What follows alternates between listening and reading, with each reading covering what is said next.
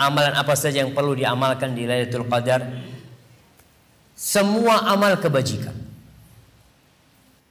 Aisyah radhiyallahu taala anha mengatakan, kata Aisyah radhiyallahu taala anha, ini seorang istri mensifati suaminya. Karena jamaah, yang paling kenal sama kita itu adalah pendamping hidup kita.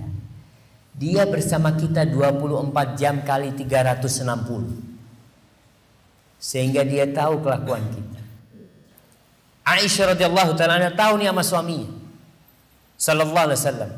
Nabi alaihi salatu wasallam ketika masuk di bulan Ramadan, beliau itu bersungguh-sungguh beribadah, menambah volume ibadahnya lebih dari di bulan-bulan selain Ramadan. Masuk Ramadan ganti tuh, ibadahnya bertambah.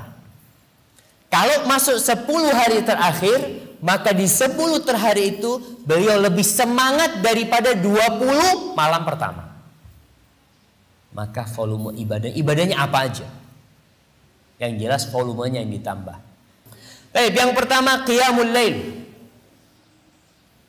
Amalan yang paling utama di Lailatul Qadar adalah qiyamul lail, salat malam. Salat malam itu namanya taraweh, sama itu qiyamul lail. Tahajud sama itu qiyamul lail.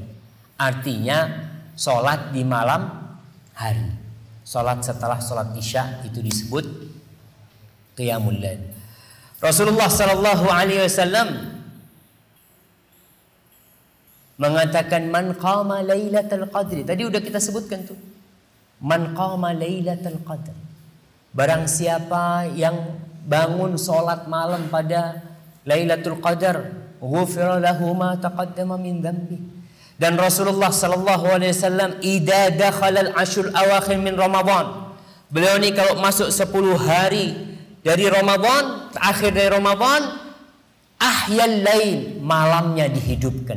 Ahyal lail. Wa aiqadha ahla, istrinya dibangunkan. Biasanya Nabi itu bangunkan istrinya kalau beliau mau witir. Di akhir malam baru dibangunin istrinya. Supaya juga ikut sholat malam. Tapi di malam Ramadan dibangunin mereka. Bahkan Rasulullah SAW sebelum Ramadan itu sering membangunkan putri dan menantunya. Rumah Nabi sama rumahnya Fatimah tuh nempel tembok. Rasul SAW kadang-kala datang ke rumahnya Fatimah, ngetuk pintu mengatakan, ala tusallian, kalian gak sholat nih, bangun nih sholat. Begitu Rasul SAW. Wa ayqadha ahla wa jadda wa shaddal mi'zar.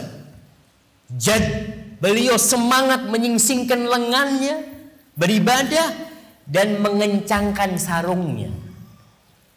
Mengencangkan sarungnya ini salah satu maknanya tidak mendekati istrinya.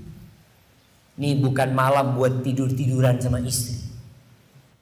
Ini malam buat meraih Lailatul Qadar. Maka beliau beriktikaf biasanya ke masjid. Yang kedua, qiraatul Qur'anil Karim, baca Quran. Umpamanya 10 hari terakhir tiap hari 3 juz lah. Paling tidak 10 hari hatam Al-Qur'an Karim. Kemudian amalan yang ketiga, iktikaf. Iktikaf itu yang paling sempurna 10 hari. Kalau nggak bisa, ya antum ambillah malam-malam ganjilnya. Umpamanya Ustaz, ana masih kerja Ustaz. Inilah persiapan untuk Lailatul Qadar itu seharusnya sebelum Ramadan. Ada orang-orang, saya berjumpa dengan orang-orang yang 10 hari terakhir dia berhenti bekerja. Kenapa? Dia udah persiapkan. Dia punya duit, sudah dia tabung. Pas malam 10 hari terakhir ngomong sama istrinya, nih biaya untuk 10 hari ini sudah aku tabung untukmu. Cukup sudah. Aku 10 hari ini untuk Allah Jalla Jalla. 360 hari. 350 hari aku sibuk dengan dunia. 10 hari aku ingin di rumah Allah Jalla Jalla.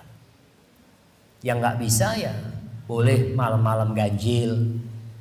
Boleh gak iktikaf malam harinya paginya pulang? Ya boleh-boleh aja. Karena iktikaf itu boleh 1 jam di masjid boleh. Tapi tentunya tidak sempurna. Iktikaf yang sebenarnya adalah iktikaf yang 10 hari. Ada yang mengatakan syarat iktikaf itu puasa, ada yang mengatakan tidak puasa. Tapi yang jelas intinya kita berusahalah 10 hari itu paling tidak semalam ke masjid. Full. Umpamanya kita ngomong sama keluarga kita, ngomong sama ibunya, Bu, malam ini habis berbuka Anda nggak pulang, besok Anda habis sahur pulang, habis subuh Anda pulang. Apa di masjid? Apalagi masjid kadang-kala ada program-program iktikaf ya, di situ sahur sudah disiapkan. Insya Allah itu tidak ada masalah.